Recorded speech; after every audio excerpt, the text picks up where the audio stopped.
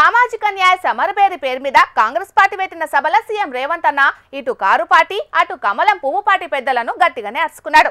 ఇక మీటింగ్ లా సీఎం రేవంత్ అన్న వేసిన సవాలు తీసుకుంటానన్న కేటీఆర్ గిట్ల మాట్లాడే వరకు ఇప్పుడు పెద్ద రచన చురువైంది తెలంగాణ రాజకీయాలల్లా. ఆయననే చెప్పిండిన కేసీఆర్ వస్తాడా కేటీఆర్ వస్తాడా అన్నాడు.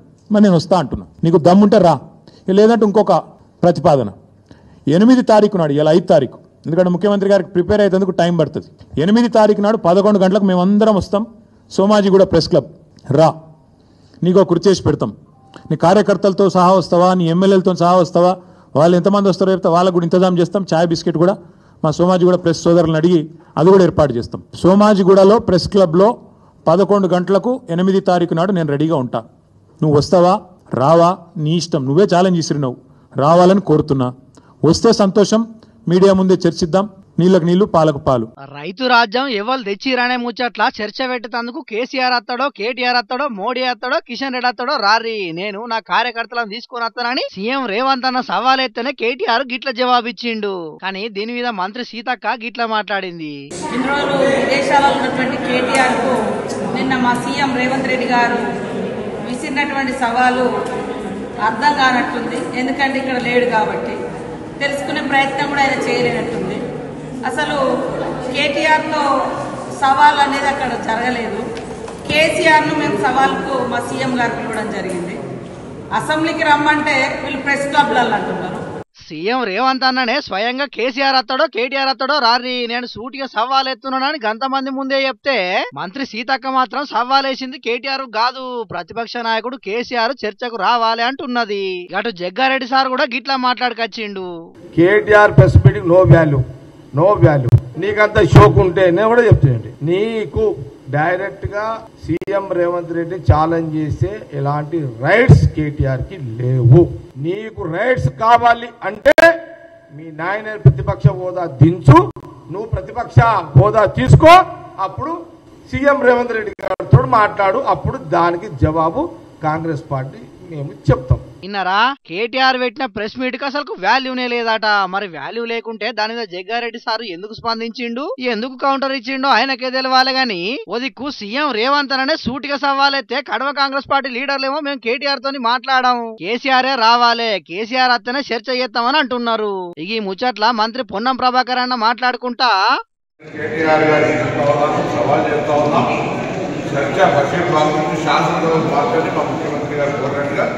శాసనసభలో తెలంగాణ ప్రజల లైన్ చూడంగా ఈ చర్చ ఏం జరుగుతుందో చూసేటువంటి అవకాశం ఉన్నది. ఆ చర్చకు ప్రభుత్వానికి గౌరవ స్పీకర్ గారికి ప్రతిపక్ష నేతగా కేసీఆర్ గారు లేఖ రాయమని కేటీఆర్ సర్కారు ఎప్పుడు అసెంబ్లీ నడిపియాలనుకుంటే అప్పుడు నడిచేటట్టు చర్యలు తీసుకోవచ్చు. కానీ ప్రభాకర్ అన్న మాత్రం అసెంబ్లీ పెట్టాలని ప్రతిపక్ష నాయకుడు స్పీకర్ సార్ కు లెటర్ రాయమని మళ్ళీ సవాలేసిండు. ఇక అటు సీఎం రేవంత్ అన్న మాత్రం సోమవారం నాడు మళ్ళోపారి ఢిల్లీకి పోతున్నాడు. చూడాలి మరి సవాళ్ల పర్వం ఇంకెటు పోతుందో. సీఎంలంటే ఎట్లుంటారోలా దినం పబ్లిక్ల మీటింగ్లు సంక్షేమ పథకాల మీద ఆఫీసర్లతోని చర్చలు చేసుకుంటా మస్తు బిజీగా ఉంటారు కదా. కానీ గీడొక సీఎం అయితే ఎవుసం మీద పాయరంతోని గవన్నీ ఇర్చిపెట్టి పోయి బురదలకి దిగిండు. రైతుల సమస్యలేందో అడిగి తెలుసుకున్నాడు. సొంత పొలంలోనే గొర్రుతోలి కూలీలతోటి కలిసి వరనాటు సుతమేసిండు. ఇంతకీ ఆ సీఎం అవ్వలు ఏందా కథ పురాగార్చుకుందాం పాండ్రి. ఉత్తరాఖండ్లో వానలు దంచికొడుతున్నాయి కదా, ఇక ఇప్పుడే ఆడాడ రైతన్నలు పొలం పనులు కూడా షురూ చేసిండ్రు. వరి నాట్లేసే పనుల్లో మస్తు బిజీగా ఉన్నారు. అయితే సీఎం పుష్కర్ సింగ్ ధామీకి సుతం వ్యవసాయం పనులు చేసుడంటే మస్తు పాయిరం అట. మరి మహర్షి సినిమాలో మహేష్ బాబు సార్ను చూసే ఇన్స్పైర్ అయిండో లేకపోతే ఇంకేదన్నా కారణం ఉన్నదో తెలియదు గాని పయంటు మీదికి మలిసి బురదలకు దిగిండు. ఇక చేతుల వరినారును పట్టుకొని పొలంలో చూడుండ్రి ఎట్లా నడుచుకుంటొస్తున్నాడో సీఎం సారు. అయ్యో ఏంది సారు మీకు గోసలు, ఏసీ కార్ల కూసోని పోవాల్సిన మీకెందుకు ఈ బురదల గీ తిప్పలు, మీరనుకుంటే కూలీలను పెట్టి నిల్సున్న కాడ నుంచే పనులు చేపియొచ్చు, కానీ మీరే కూలీ లెక్క మారి పనులు చేసుడేందని పర్షానైనరట ఆడున్నోళ్ళందరూ. అయితే మన పనులు మనం చేసుకునేటందుకు నామూషేందుకు, ఎంత ఎదిగినా ఒదిగుండాలి. చిన్నప్పటికేంచి రైతు కుటుంబంలో ఉట్టి పెరిగిన నాకు రైతుల ఇలువేందో ఎరికే. సీఎం కంటే మొదగాలు నేనొక రైతు బిడ్డను, నేను గది యాది మరవనని చెప్పి సొంతూళ్ళే వ్యవసాయం పనులు షురూ చేసిండన్నట్టు. ఇక సారు పొలంలో దిగబోతుంటే పక్క పొంటున్నోళ్ళు పాటలు వాడి డప్పు కొట్టుకుంటా మస్తు ఎంకరేజ్ చేసిర్రు. ఇక ముందుగాల ఎడ్లను పట్టి పొలంలో గొర్రుదోలిండు, అటెంకాల కూలోళ్లతోటి కలిసి వరి నాట్లేసిండు గిట్లా. ఇక ఈ వీడియోలు సోషల్ మీడియాలో వైరల్ అయ్యే వరకు సారు చేసిన పనిని తారీఫ్ చేసుకుంటా కామెంట్లు పెడుతున్నారు చాలా మంది. అయితే సార్ లెక్కనే తతిమ రాష్ట్రాలలోన్న సీఎంలు కూడా గిట్ల బురదల దిగి పనులు చేస్తే రైతులు పడే కట్టాలేందో ఏర్కైతాయని అనవట్టేదు. గిది చూసిన చాలా మంది పబ్లిక్. 2 తెలుగు రాష్ట్రాలున్న సర్కారు స్కూళ్లల్లా సౌలతులు చక్కగా లేవన్న వార్తలు మనం దినం చూస్తూనే ఉన్నాం. మన జోర్దార్లో కూడా పిల్లలు అవస్థలు పడుతున్న కొన్ని ముచ్చట్లను చెప్పుకున్నాం. కాకుంటే గిడ బడికి పోయే పిల్లలకు స్కూళ్ళ తక్లీఫ్లు కాదు, ఇంకో తీరు పరిచయం వచ్చి పడ్డది. మరి అది ఏందో మీరు కూడా చూడండి. ఈ వీడియో చూడంగానే మీకు ముచ్చటేందనేది కొంతవరకు సమజయ్యే ఉంటది. ఈ నడుమ వర్షాలు దండిగానే పడుతున్నాయి కదా. ఇక వర్షాలు చేయంగా రోడ్డు మొత్తం బురద బురద అయ్యేటలకు పాపం వాళ్ళు బడికి పోనీకి మస్తు గోస అవుతున్నదట. కొమరంభీం ఆసిఫాబాద్ జిల్లా కాగజ్ నగర్ మండలం బట్టుపల్లి ఊరు బందుకున్న తోవ మీద ఇట్లా బురదలనే నడిచి నిరసన చేసిర్రు విద్యార్థులు. దీంతోనే కాగజ్ నగర్ దహేగాం పోయే బండ్లని పెద్ద మొత్తంలో నిలిచిపోయినాయి. ఈ తొవ్వయ్యంగా చాలా అవస్థ అవుతున్నదని అధికారులకు ఎన్ని మాటలు చెప్పినా ఎవరు పట్టించుకుంటలేరట. అందుకే ఈ తీరుగా నిరసన చేసిర్రు అన్నట్టు. మందవెల్లి గ్రామం నుంచి బట్పల్లి స్కూల్ పోవాలంటే మాకు మధ్యలో ఇవన్నీ కష్టాలు ఉన్నాయి. మేము స్కూల్కి ఎలా పోమ్మంటారు? ఇక్కడ మొత్తం బొందలు వెహికల్స్ వల్ల ఇంకెక్కువ బొందలు అవుతున్నాయి.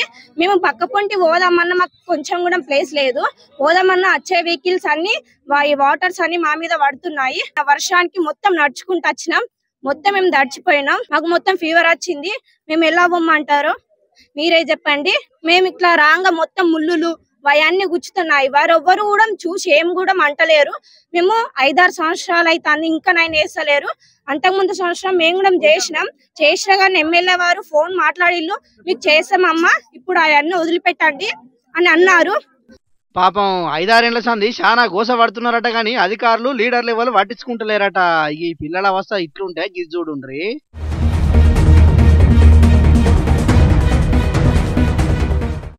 భావి భారత పౌరులను తీర్చిదిద్దే సర్కారు బడి ఎంత గొప్పగా ఉన్నదో చూసి రానులా. భద్రాద్రి కొత్తగూడెం జిల్లా చెర్ల మండలం చింతగుప్ప ఊళ్ళున్నది బడి. ఈ స్కూల్లో 40 మంది విద్యార్థులున్నా కనీస సౌలతులు కూడా లేకపోయే వరకు పిల్లలు మస్తు గోస పడుతున్నారట. ఇక వాళ్ళు చదువుతున్న బడి కూడా ఎప్పుడు ఊలుతుందో తెలియకుంటూనే ఉన్నది. ఇంకో దిక్కు వర్షాలు కూడా మస్తు పడుతుండేటాలకు ఎప్పుడు పెచ్చురుడు కింద పడితేయో తెలియకుంటుంది. ఈ బడికి మా పిల్లలను పంపేదే లేదని లొల్లికి దిగిర్రు పిల్లల తల్లిదండ్రులు. ఆక్రమణలు చేయంగా చెర్లు కుంటలు ఆగమవుతున్నాయని హైడ్రా అధికారులు ఇండ్లను కూలుస్తున్నారు. మంచిదే గాని మరి మా పిల్లలకు పానగండమైన ఈ పాడుబడ్డ బల్లను మాత్రం అధికారులు కూల్చే పని ఎందుకు ముంగటేసుకుంటలేరని పిల్లల తల్లిదండ్రులు ప్రశ్నిస్తున్నారు. చూడాల మరి ఇప్పటికైనా సర్కారు బల్ల హాలత్ మార్చే పని ఎన్నడు చేస్తుందో మన రేవంత్ అన్న ప్రభుత్వం. దొంగలంటే పాతకాలం లెక్క లేరోల్లా ఆలుసుతం కాలానికి తగ్గట్టు ట్రెండ్ మార్చిండ్రు. ఇండ్లు బ్యాంకులు దుకాణాలల్లో చోరీలు చేసుడు తగ్గించి కొత్త ట్రెండ్ క్రియేట్ చేసినట్టున్నారు. ఇగో కావాలంటే మీరే చూడుండ్రోలా.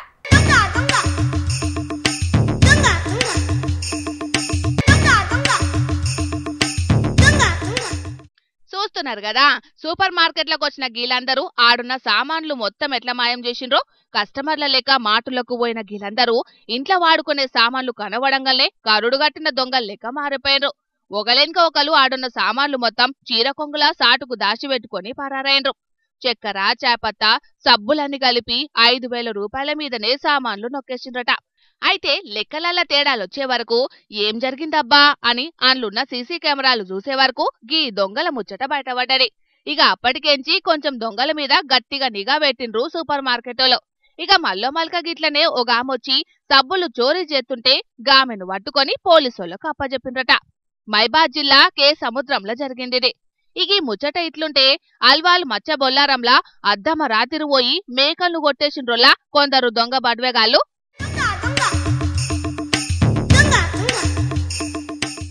మరి మటన్ ఏమన్నా తక్కువ రేట్లు పెరుగుతున్నదా? ముట్టుకుంటే మటన్ ఫ్రై అయినట్టే మండిపోతున్నాయి రేట్లు. గందుకే కావచ్చు గీ తిరిగా ఆలోచన చేసినట్టున్నారు దొంగ బద్మాషుగాన్లు. ఇండ్లల్లో వాడి దొంగతనాలు చేసుడు కంటే గిసొంటి 2 మేకలు దొరికినాయి అంటే చాలు కూలీ పడుతుందనుకుంటుండ్రు కావచ్చు బద్మాషుగాన్లు. ఇక అద్దమ రాత్రి వచ్చి మచ్చబొల్లారం కాడున్న ఒక మేకల కొట్టంలా మొత్తం 12 మేకలను మాయం చేసిండ్రు గిట్లా. ఇక పక్కా ప్లానింగ్ తోనే వచ్చినట్టున్నారు.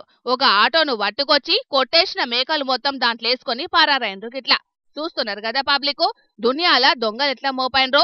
ఉప్పులు పప్పులే కాదు, ఆఖరుకు ఇంట్లున్న కోళ్ళు మేకలను సుతం ఇడిచిపెడతలేరు కదా. మరి గిసొంటి దొంగలతోని జర పైలమొల్లో. పబ్లిక్ ఇప్పుడు మా రాముల తాతను పిలిచే యాల కదా, మరి పెద్ద మనిషి ఏం చేస్తున్నాడు అరుచుకుందాం పాండ్రి. తాత ఏందయ్యాటి వార్త? నువ్వు జానడంత లేవు, నా పేరు తీసేసి వేరే పేరు పెట్టినందుకు నీకెక్కడిరా ధైర్యం? ఎక్కడిరా చెప్పు. నాకు ఆ పేరు నచ్చలేదు, నీకేది?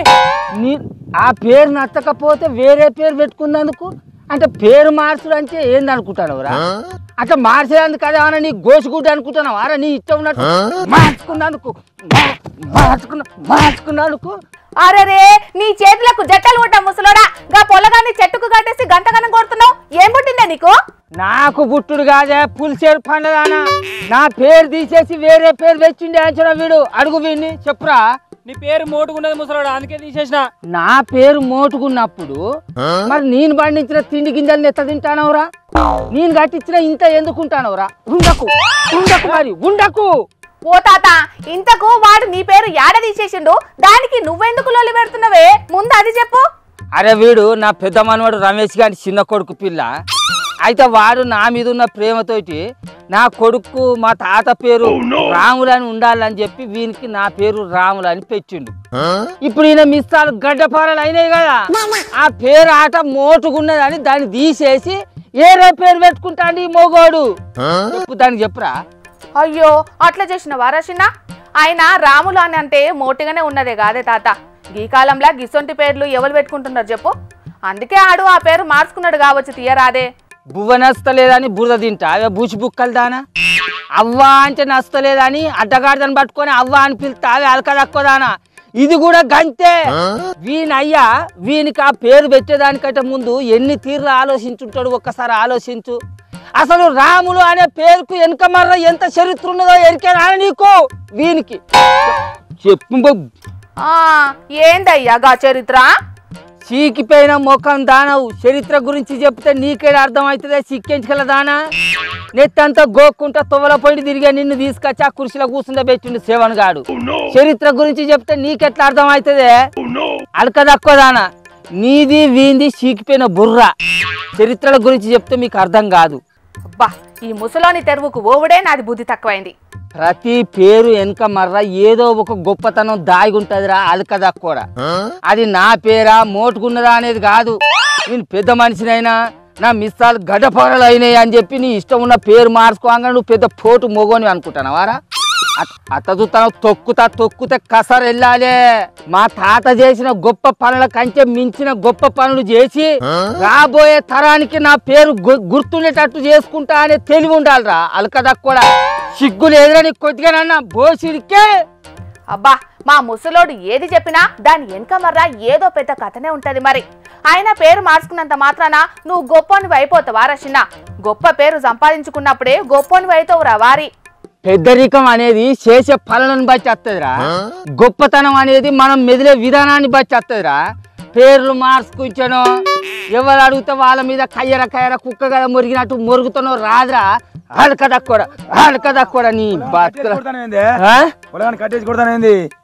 ఓ అన్న నువ్వు ఊకోవే, అసలుకే మా ముసలోడు ఎర్రి కోపం మీద ఉన్నాడు, నిన్ను జోపినా జోపుతాడు. అరే వీని అయ్యా నా పేరు పెడితే ఆ పేరు మోటుకున్నదని దాన్ని తీసేసి అదేందో పేరు పెట్టుకున్నారు రాయించడం. అదేంద్రా ఏం పేరు చెప్పు? రేమో. ఆగో పెట్టుకుంటే ఆయన పేరు పెట్టుకుంటే నీకే అవుతుంది. అరే వాళ్ళు కదా కూడా నేను పుసుక్కుని అడిగినగా, అరే అది ఏమందం పేరు అని పెట్టుకున్నావురా, దానికి ఏమైనా ఇరువున్నదా, దానికి ఏమైనా అర్థం ఉన్నదిరా, గా పేరు పెట్టుకుంటావారా అని నేను అడిగినందుకు వాడు అంటాను కదా, ఇగో నిన్ను బట్టలు కూడా తీసి ఉరికించుకుంటా కొడితే ఆ పేరు ఇలువేందో నీకు అర్థం అవుతుంది అని అంటాను రైతు. ఎంత బల్పు రవిన్కి, ఎంత బల్పు తొక్కుతానంటారా వీడు. ఓసి నీ అన్నాలం పాడుగాను గట్లన్నాడా అని ఆడు. మరి అప్పటి సంది ఆ ముచ్చట చెప్తలేవు? ఇక నీకు వీనికి పొద్దంతా కూర్చొని ముచ్చట చెప్పుకుంటా కూర్చుంటా ఆగు. చెప్పేటోనికి చెప్పే తిరిగా చెప్తానే అర్థం అవుతలేదు అని గీ మర్యాదలు చేస్తాను. ఇక వా నువ్వు ఇప్పటి వరకు వేసిన పుల్లలు చాలు. ఇక నీ కడమ వార్తలు ఏందో చదువుకొని ఈనిచలు బీకు. నువ్వు ఈనిచలు బీకు అలకదా కూడా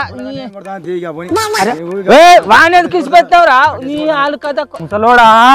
నువ్వు నకరాలు చేస్తాను. నాకు ఇష్టం ఉన్న పేరు పెట్టుకుంటే నీకేమైతావురా ముసలోడా? వాని బల్బు చూస్తాను అవరా రాజుగా.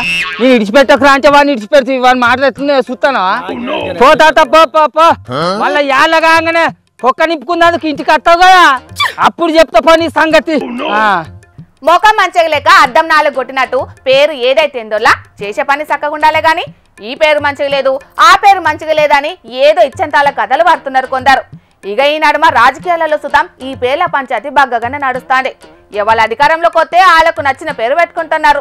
ఏం చేద్దాం, ఎవరి ఇష్టాలు అలాయి, ఎవరిని ఏమనలేం. మరి 2029లో గెలుస్తాం, గెలిచినాక మీ అంతా చూస్తామంటే గెలవాలే కదా. మీరు అట్టెట్లా గెలుస్తారో మేం కూడా చూస్తామని నిన్నట్లా చిన్న సీఎం పవనాలు సారు సవాలు ఇచ్చిండు కదా. ఇక సవాలు మీద మాజీ మంత్రి పేర్ని నాని సారు కౌంటర్ ఇచ్చేటందుకు రెడీగా ఉన్నారు. ఇంకెందుకు ఆలస్యం, మా చెల్లె శకుంతలు అడుచుకుంటుందంట. ఓ పారి చూడండి. పేర్ని నానన్న ఇక చాలు చేయి. సంవత్సరం గడిచినా ఇంకా ఈ నరకాసురులకు రక్తదాహం తీరట్లేదు. అంటే వీళ్ళంతా నరరూపాల్లో సంచరిస్తున్నటువంటి సైకోల్లాగా ఇప్పటికే సమాజం గుర్తించింది. ఎవరు సార్ ఆ సమాజము? మీ పంకపట్టి సమాజమా? నారా చంద్రబాబు నాయుడు గారు ముఖ్యమంత్రిగా ప్రమాణ స్వీకారం చేస్తూ పక్షపాతం కానీ భయం కానీ వివక్ష కానీ లేకుండా రాగద్వేషాలకు అతీతంగా పరిపాలన చేస్తాను అని చెప్పి దైవ సాక్షిగా ప్రమాణం చేస్తున్నానని చెప్పని నారా చంద్రబాబు నాయుడు గారు ప్రమాణం చేశారు. జగనాలోటి చంద్రాలోట ఎవలేం తక్కువగా తీసారు. మీ లీడర్లకు ప్రమాణం చేసుడు ఇమానం చేసుడు ఏమన్నా కొత్తనా? ఒట్టేసినంత షేపు పట్టది గట్టు మీద పెట్టుడు. అవును కానీ సారు, ఇది మంచి ప్రభుత్వం అని సైకిల్ సర్కారు ఇల్లు తిరుగుతారు కదా, నీకు మనసులో ఏమనిపిస్తాందే?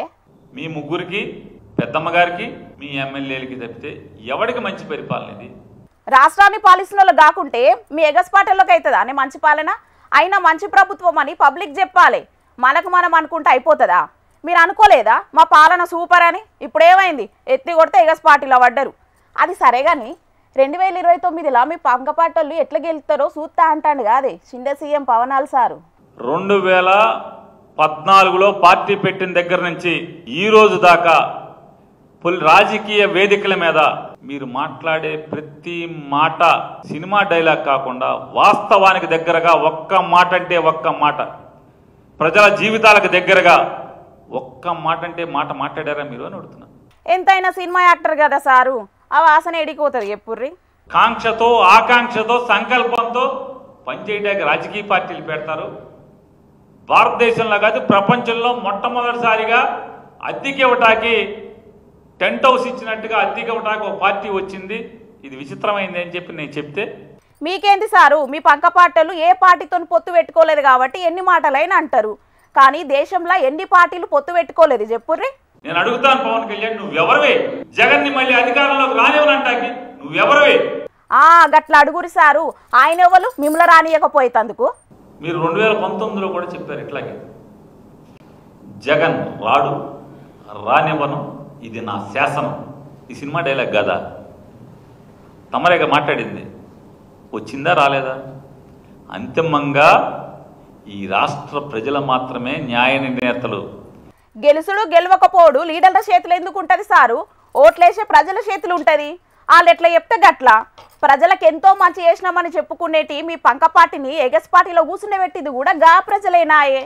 నీకులాగా నాకులాగా ఈ రాష్ట్రంలో ఉన్నటువంటి ఏ గొట్టాంది పాత్ర ఉండదనేది నువ్వు నేను తెలుసుకుంటే మంచిదని చెప్పినది కూడా ఆయనకి చెప్తూ, నీకులాగా నాకులాగా ఈ రాష్ట్రంలో ఉన్నటువంటి ఏ గొట్టాంది పాత్ర ఉండదనేది నువ్వు నేను తెలుసుకుంటే మంచిదని చెప్పినది కూడా ఆయనకి చెప్తూ, చిన్న సీఎం పవనాలు సార్ని తిట్టాలనే ధ్యాసల వాడి నీకు నువ్వే తిట్టుకుంటున్నావు కాదే నానన్న, జర చూసుకో. నారా చంద్రబాబు నాయుడు గారికి అనుభవం ఉంది. ఈ ఆర్థిక వ్యవస్థను ఆయన మాత్రమే నడపగలడు. నాకు నడపటం చేత కాదు, నాకు పోరాటం చేత. ఓ అబ్బా చాలా పోరాటం చేస్తున్నాం సంవత్సరం నుంచి.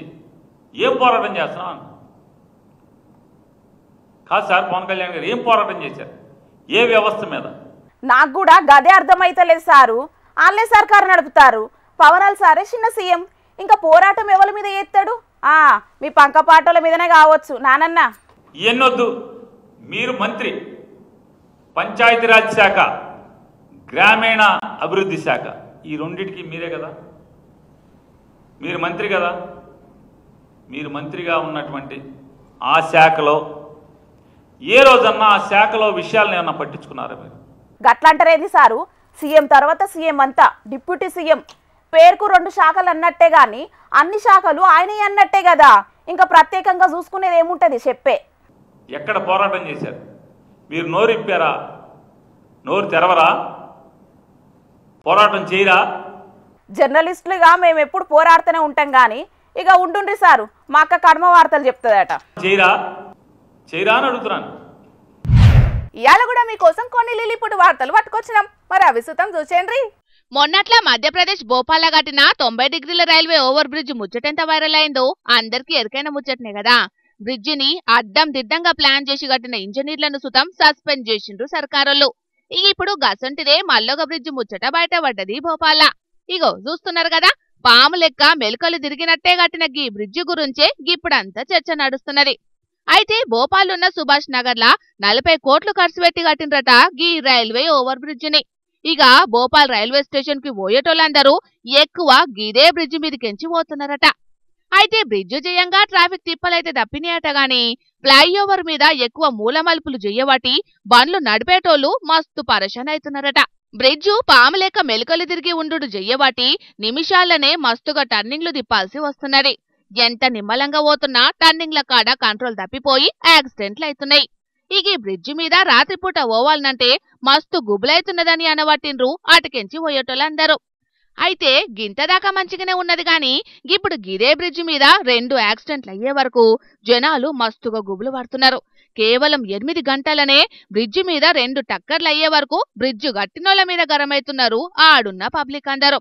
ఇక ఈ వీడియోలు సోషల్ మీడియాలో వైరల్ అయ్యే వరకు గీ బ్రిడ్జిలు కట్టిన ఇంజనీర్లు కరోనా బ్యాచ్ ల పాస్ అయినోళ్ళై ఉన్నట్టున్నారని కామెంట్లు పెడుతున్నారు ఈ వీడియోలు చూసిన చాలా మంది పబ్లిక్. మరి వేల కోట్ల ప్రజాధనాన్ని ఖర్చు పెట్టి బ్రిడ్జిలెందుకు అడ్డం దిడ్డం కడుతున్నారో, పబ్లిక్ పానాలతోని ఎందుకు చెలగాటలాడుతున్నారో ఆడున్న సర్కారోళ్ళకే తెలవాలిగా.